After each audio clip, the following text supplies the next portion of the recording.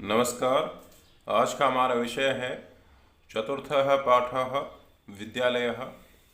कल हमने इस पाठ के शब्दार्थों का अध्ययन किया था और एक एक शब्द को बारीकी से हमने पढ़ा था।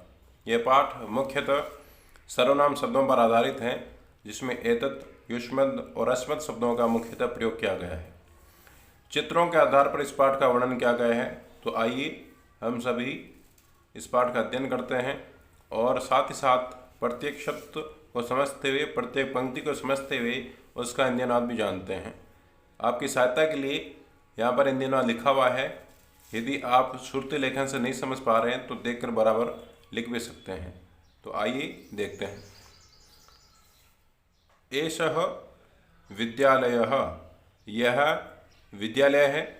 एषः, यह एतत् सर्वनाम शब्द का पुल्लिंग का प्रथमा का एकवचन होता है और विद्यालय यह भी एकवचन है। दोनों समान होने जरूरी है। अत्र छात्राः शिक्षकाः शिक्षिकाः च सन्ति, यहाँ छात्र, शिक्षक और शिक्षिकाएं हैं। अत्र अव्ययपद है। छात्राः शिक्षकाः शिक्षिकाः ये सभी प्रथमा के बहुवचन हैं। इसमें छात्राः शिक्षका पुल्लिंग है जबकि शिक्षिकाः स्त्रीलिंग है। च कंजक्शन का कार्य करता है। और का अर्थ होता है ये, और संति ये बहुवचन है। क्यों है? क्योंकि देखिए वाक्य बहुवचन का है और संति का एकवचन होता है अस्ति। आगे बढ़ते हैं।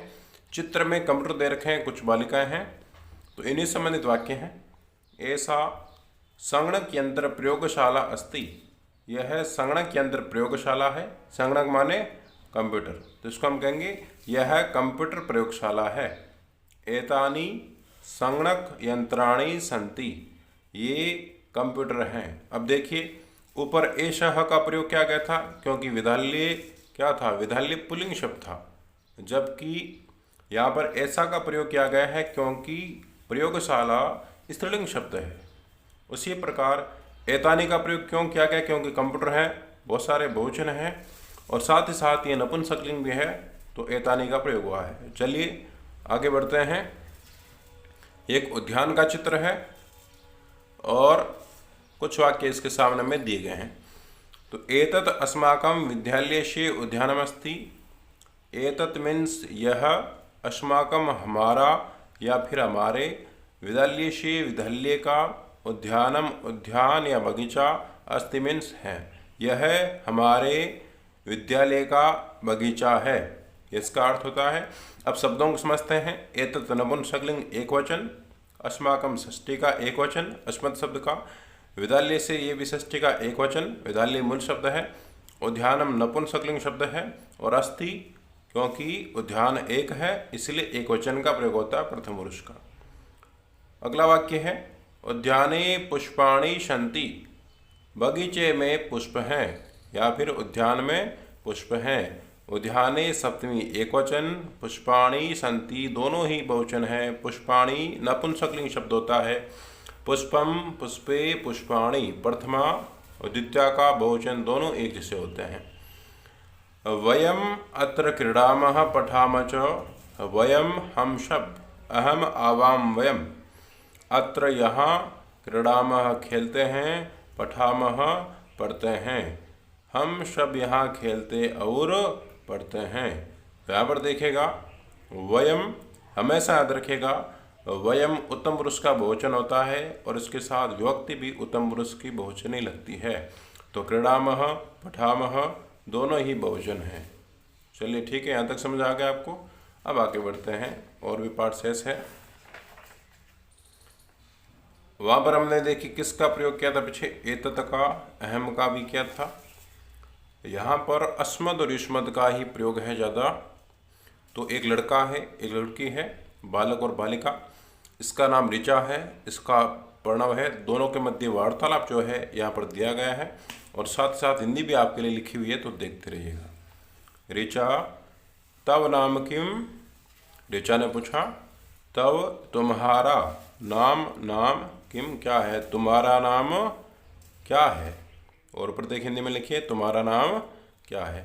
तो प्रणवः, प्रणव ने वापिस उत्तर दिया मम नाम प्रणवः, तव नाम किम, मेरा नाम प्रणव है, तुम्हारा नाम क्या है? तो ऋचा ने उत्तर दिया, मम नाम ऋचा, मेरा नाम ऋचा है। त्वम कुत्र, तुम कहाँ पढ़ती हो? देखिए, जब हम प्रश्न पूछते हैं तो प्रश्नवाचक चिन्ह का प्रयोग होता है। तो तुम कहाँ पढ़ती हो, प्रश्नवाचक चिन्ह का प्रयोग, और त्वम के साथ हमेशा मध्यम पुरुष के एक वचन का प्रयोग होगा। क्यों? क्योंकि त्वम मध्यम पुरुष का एक वचन होता है। तो प्रणव ने पुनः उत्तर दिया, अहम अत्र एव पठामि, मैं यहीं ही पढ़ता हूँ, मैं यहीं पढ़ता हूँ।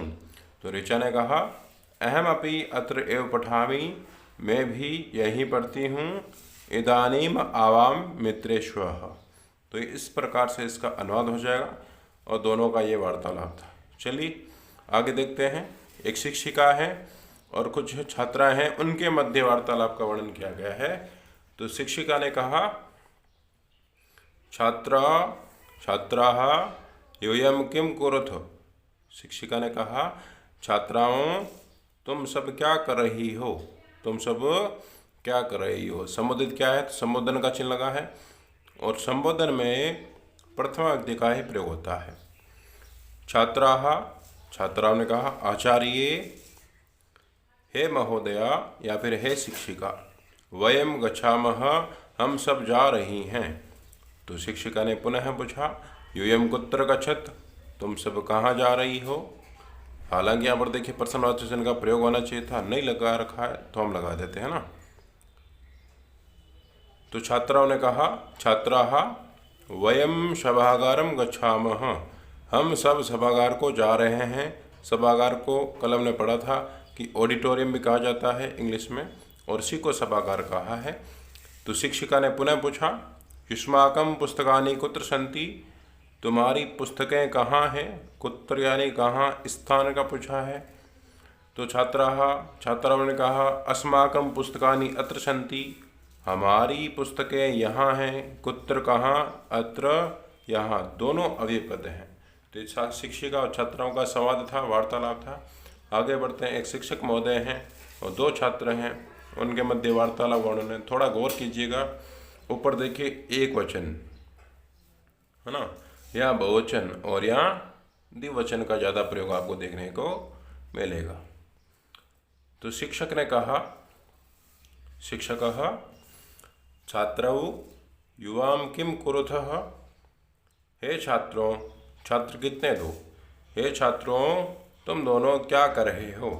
तो छात्रों ने कहा, आचार्य आवाम श्लोकम गायावः, महोदय हम दोनों श्लोक गाते हैं, या महोदय हम दोनों श्लोक गा रहे हैं।